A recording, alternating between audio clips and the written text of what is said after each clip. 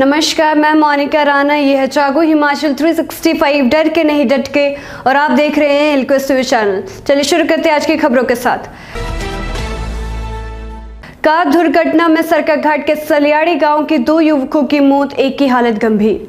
बिना कोविड पास सवार घाट पहुंच गई। 5 बसें सीमाएं सील होने के बाद भी बद्दी, नालागढ़, पंजेहरा बैरियर किया क्रॉस। हिमाचल में 50,000 लोगों ने एक साथ किया सूर्य नमस्कार। हिमाचल प्रदेश में आज से खुलेंगी पब्लिक लाइब्रेरी। छात्र अब 50% ऑक्यूपेंसी के साथ कर पाएंगे पढ़ाई। 3 जिलों में क्राइम का ग्राफ 1000 के पार। शिमला, मंडी, कांगड़ा में 5 माह में ही बड़ी संख्या में आपराधिक मामले दर्ज। सोपोर में लश्कर कमांडर सहित 3 आतंकवादी ढेर। संयुक्त अभियान में मिली कामयाबी। केंद्र ने सुप्रीम कोर्ट से कहा, कोरोना वायरस से मौत पर 4 लाख मुआवजा नहीं। सुबह की सैर पर निकले सब इंस्पेक्टर की हार्ट अटैक से मौत। बड़सर के संतोष करसोग में थे तैनात। भारत में 88 दिनों बाद सबसे कम दैनिक मामले हुए दर्ज। बीते 24 घंटों में 1422 मरीजों ने गंवाई जान। फिर भड़के सिद्धू, कैप्टन पर साधा निशाना। कहा, मैं शोपीस नहीं हूं जो सिर्फ चुनाव में काम आऊं। अब खबरें विस्तार से। कार दुर्घटना में सरकाघाट के सलियाड़ी गांव के 2 युवकों की मौत, एक की हालत गंभीर। उपमंडल सरकाघाट की चहलोग पंचायत के सलियाड़ी गांव के 2 युवकों की कार दुर्घटना में मौत हो गई है।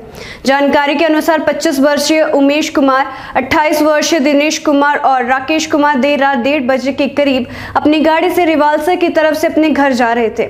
इतने में मोड़ पर चालक ने गाड़ी पर से नियंत्रण खो दिया और कार 200 मीटर गहरी खाई में गिर गई। आवाज सुनकर आसपास के गांव के लोग घटनास्थल पर पहुंच गए और घायलों को निजी वाहन की सहायता से प्राथमिक स्वास्थ्य केंद्र रिवाल्सर ले जाया गया, जहां डॉक्टर ने उमेश कुमार और दिनेश कुमार को मृत घोषित कर दिया, जबकि राकेश कुमार की गंभीर स्थिति को देखते हुए उसे प्राथमिक उपचार के बाद जोनल अस्पताल मंडी भेज दिया गया, जहां उसकी हालत भी गंभीर बताई जा रही है। डीएसपी चंद्रपाल सिंह ने घटना की पुष्टि की है। उन्होंने कहा कि मृतक उमेश कुमार और दिनेश कुमार के शव को नागरिक अस्पताल सरकाघाट ले आई है, जहां उनका पोस्टमार्टम करके शवों को परिजनों को सौंप दिया गया है।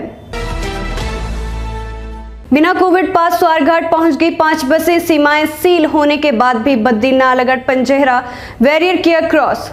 कोरोना काल में हिमाचल में सीमाओं पर विशेष नाकाबंदी का दावा करने वाले पुलिस का पहरा कमजोर पड़ता नजर आ रहा है। इसका जीता जागता उदाहरण रविवार को देखने को उस समय मिला जब जिला सोलन के बद्दी, नालागढ़ और पंजेहरा नाकों को क्रॉस कर 5 बसें बिना परमिशन के हिमाचल की सीमा में प्रवेश कर स्वारघाट पहुंच गई।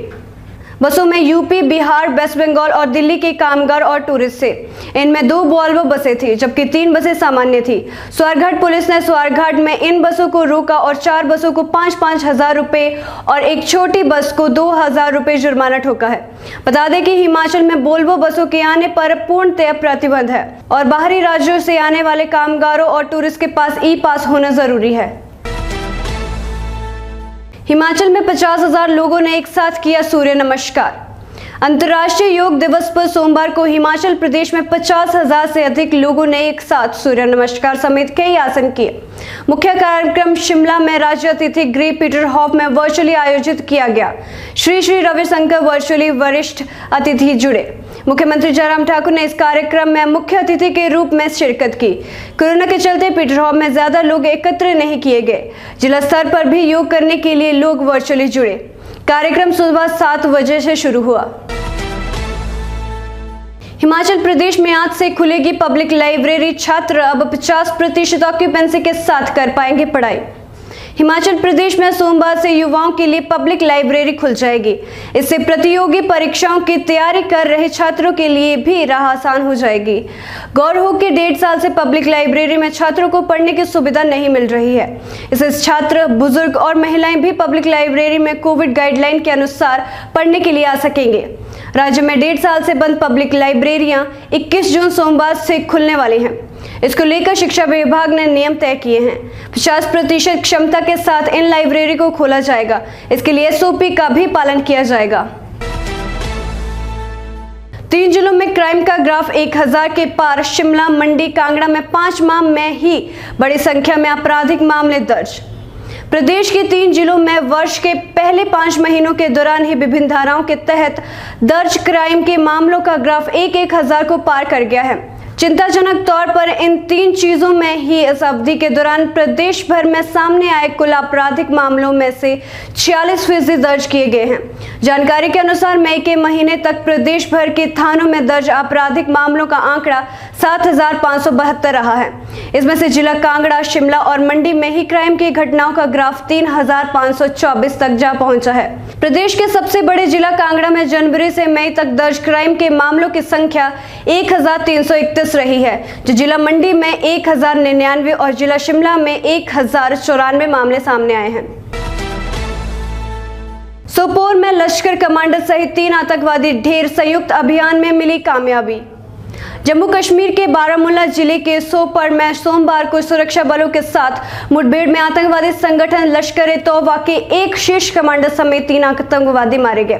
पुलिस महानिरीक्षक IGP विजय कुमार ने बताया कि आतंकवादियों की मौजूदगी के बारे में खुफिया सूचना मिलने के बाद जम्मू कश्मीर पुलिस के विशेष अभियान समूह, सेना और केंद्रीय रिजर्व पुलिस बल CRPF के जवानों ने संयुक्त रूप से सोपोर के गुंडब्रांत में रविवार देर रात तलाश एवं घेराबंदी अभियान शुरू किया। जब सुरक्षा बल के जवान एक विशेष क्षेत्र की ओर बढ़ रहे थे, तब वहां छिपे आतंकवादियों ने उन पर गोलीबारी शुरू कर दी।